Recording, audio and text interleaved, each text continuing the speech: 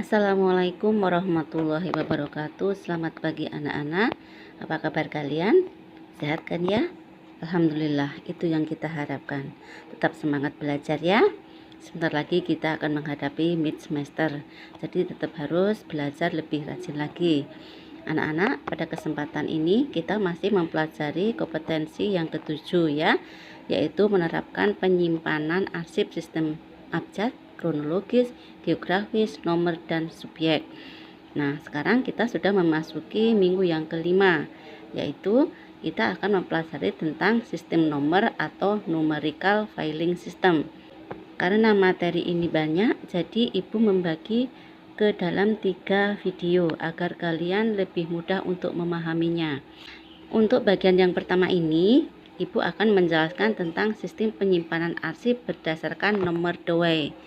Nah, anak-anak, silakan kalian perhatikan PPT selanjutnya. Pengertian sistem nomor yaitu sistem penyimpanan dan penemuan kembali arsip yang disusun dengan menggunakan kode angka atau nomor. Jadi ini nanti kita menyimpan arsip-arsipnya menggunakan penomoran gitu ya. Kemudian ini keunggulan dan kelemahan sistem nomor. Keunggulannya cocok digunakan untuk segala macam surat atau dokumen. Rahasia surat lebih terjaga karena tidak semua orang paham sistem nomor ya. Jadi ini biasanya yang lebih memahami ini adalah petugas kearsipan atau arsiparis ya. Kelemahannya harus menggunakan daftar klasifikasi nomor karena sangat sulit untuk mengingat nomor ya. Jadi nanti kita buat daftar klasifikasinya ya. Kita kalau mau menyimpan ataupun menemukan kembali surat harus melihat daftar klasifikasi dulu. Kemudian waktu yang digunakan untuk mencari arsip lebih lama karena harus melihat daftar klasifikasi arsip. Ya, betul ya. Kemudian jenis-jenis sistem nomor ini ada 3 ya. Ada sistem nomor dewey, ada sistem nomor seri atau urut. Kemudian yang ketiga sistem terminal digit. Untuk video bagian pertama ini yang akan kita pelajari adalah yang nomor 1, yaitu sistem penyimpanan arsip berdasarkan nomor dewey. Nah, kita sekarang mulai belajar ya. Sistem penyimpanan arsip berdasarkan nomor dewey. Filing system ini diciptakan oleh Malvern Dewey. Ya, sistem ini disebut juga dengan sistem desimal dengan menggunakan notasi angka 0 sampai 9. Kalau 0 sampai 9 itu berarti 10 ya. Ngitungnya mulai dari 0, 1, 2, 3, 4, 5, 6, 7, 8, 9 begitu ya. Jadi ada 10 nomor. Kemudian permasalahan hanya dibuat 10 masalah saja. Masalah utama terdiri dari 10 masalah. Setiap satu masalah utama terdiri dari 10 sub masalah.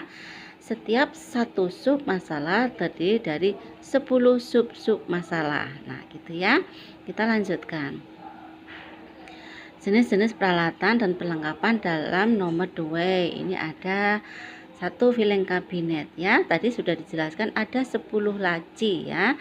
Berarti kita memulainya dari laci pertama itu kodenya 000, jadi ada 3 digit. Kemudian laci kedua itu 100, ini kelipatan 100 ya. Kemudian nanti laci ketiga berapa? 200. Laci keempat berapa? 300 dan sebagainya sampai laci yang ke-10 kodenya 900. Paham nak ya? Kemudian untuk guide ini juga 10 nanti. Ini selisihnya 10. Kalau tadi yang pokok masalahnya ini selisihnya 100 dari laci 1 ke laci yang berikutnya. Kemudian kalau untuk guide ini, guide 1 dengan guide yang lainnya ini selisihnya 10. Contoh ini, guide 1 kodenya itu 000 ya. Kalian perhatikan, untuk guide yang pertama ini kodenya harus sama dengan lacinya. Ya, harus sama dengan lacinya. Berarti kalau ada contoh guide pertama kodenya 000 ini berarti ini ada di belakang atau di dalam laci 1 yang kodenya 000 begitu. Kemudian kita lanjutkan. Untuk guide kedua ya, ini ya kodenya 010. Ini selisih 10 ya, antara 000 dengan 010 ini kodenya 10. Nah, kemudian untuk guide yang ketiga berapa? Untuk guide yang ketiga berarti kodenya 020. Dan seterusnya ya, sampai guide yang ke-10 kodenya 090. Oke. Kemudian ya, hanging folder ini setiap sub masalah terdiri dari 10 sub masalah ya. Kemudian kita lihat di sini untuk hanging folder 1 kodenya 010 ya. Sama ya seperti tadi, bahwa untuk hanging folder pertama kodenya sama dengan sub masalah tersebut. Nah, ini adalah hanging folder untuk sub masalah 010 ini tadi. Oke, paham ya? Sekarang hanging folder yang kedua kodenya 011. Jadi ini adalah selisihnya 1 ya, ini ya. Kemudian untuk hanging folder 3 kodenya berapa? Iya, 012 ya. Untuk hanging folder keempat berapa? Kodenya berarti 013 ya. Jadi selisih 1 gitu. Kemudian, nah kalau untuk hanging folder yang ke-10 berarti kodenya 019 ya. Oke, kemudian kartu indeks digunakan untuk mencatat arsip surat yang disimpan. Kemudian rak sortir ini disesuaikan dengan kebutuhan. Nah, ini contohnya ya. Kita lihat di sini nih. Masalah utama ini 000, kemudian 100, ini 200 ya. Selisihnya ini adalah 100. Tetapi untuk yang terakhir di sini nanti berarti 900 ya. Kemudian sub masalahnya kita lihat di sini ya. Untuk kepegawaian sub masalahnya ini 100, 110 ya. Ini selisihnya 10 kan ya. Terus kita lihat di sini nih, ini kan untuk 100 ini upah ya, kodenya 100 sama dengan kode yang masalah utama ini 100 gitu ya. Nah, kemudian berikutnya 110. Kita lihat di sini, sub masalah untuk sub masalah cuti adalah ini 110. Kita lihat ya, pasti sama dengan angka yang di sub masalah ya, 110 juga. Kemudian ini 111, 112, jadi selisihnya cuma 1. Kalau sub masalah 1 dengan sub masalah berikutnya ini selisihnya 10. Nah, nanti terakhir di sini ya berarti berapa? 190 gitu ya. Kalau di sini berapa?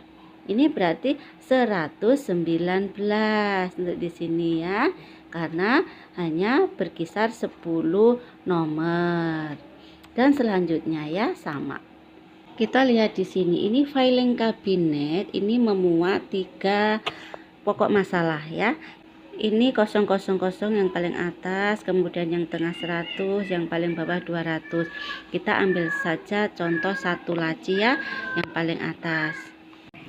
Ini contoh kode surat dan kartu indeks ya. Kita lihat di sini. Ini suratnya ini diberi kode 111.6 ya.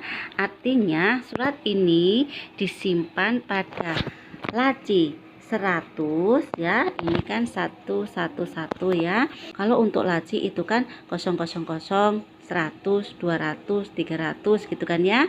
Nah, ini berarti lacinya 100. Kemudian subnya berapa? Subnya tadi kan dimulai dari 100, 110, 120 seterusnya ya. Maka ini adalah 110 ya. Kemudian sub-sub masalahnya berapa? Tadi selisihnya 1 ya. Jadi ini 116. Nah, kalau dibaca 111.6 ini berarti surat tersebut diletakkan dalam laci 100, kemudian guide-nya 110, kemudian foldernya 116. Kemudian untuk kartu indeks kita lihat di sini ya. Ini adalah indeksnya. Namanya Farhana Anindya, kita indeks menjadi Anindya Farhana ya. Jadi kita ambil unit 1 itu 2 huruf, ini seperti ini, AN ya. Kemudian ini kode suratnya di sini. Jadi nanti kalau mau mencari arsip surat ini kita harus menemukan kartu indeksnya ini dulu. Baru kita bisa menemukan surat yang disimpan. Kemudian kita lihat di sini, ini adalah contohnya ya. Nah, benar kan ini ada untuk lacinya ini 100 ya. Kemudian ini guide-nya ini 110. Nah, suratnya ini pada folder 116. Paham ya anak-anak ya? Nah, F. Prosedur penyimpanan arsip sistem Dewey ya. Anak-anak kita perhatikan di sini ya. Yang pertama, diperiksa dulu berkasnya apakah sudah diberikan tanda penyimpanan atau belum. Bisa berupa deponer, simpan, file, dan lain-lainnya. Kemudian diindeks ya. Untuk mengindeks surat ini kita harus menyiapkan daftar klasifikasi sistem Dewey dulu. Setelah diindeks kemudian diberikan kode ya. Ini surat masuk ke laci berapa, kemudian di belakang guide berapa, dan dimasukkan ke hanging folder berapa. Kemudian disortir, kemudian dipisah-pisahkan. Kemudian ditempatkan surat di dalam laci yang berkode 100, di belakang guide 110, dan di hanging folder berkode 111 ya. Ini surat yang ke-7 dari belakang. Meskipun tulisannya 6, tapi ini surat yang ke-7 karena kita menghitungnya itu dari 0 bukan dari 1 ya. Yang G, prosedur penemuan kembali menggunakan sistem nomor Dewey ya. Ini jika surat yang akan dicari sudah diketahui, maka langsung cari saja pada tempat penyimpanannya. Misalnya nih, Amin akan mencari surat berkode 245.1 ya. Maka bisa mencarinya di laci 200, kemudian pada guide 240, dan pada foldernya berkode 245.1.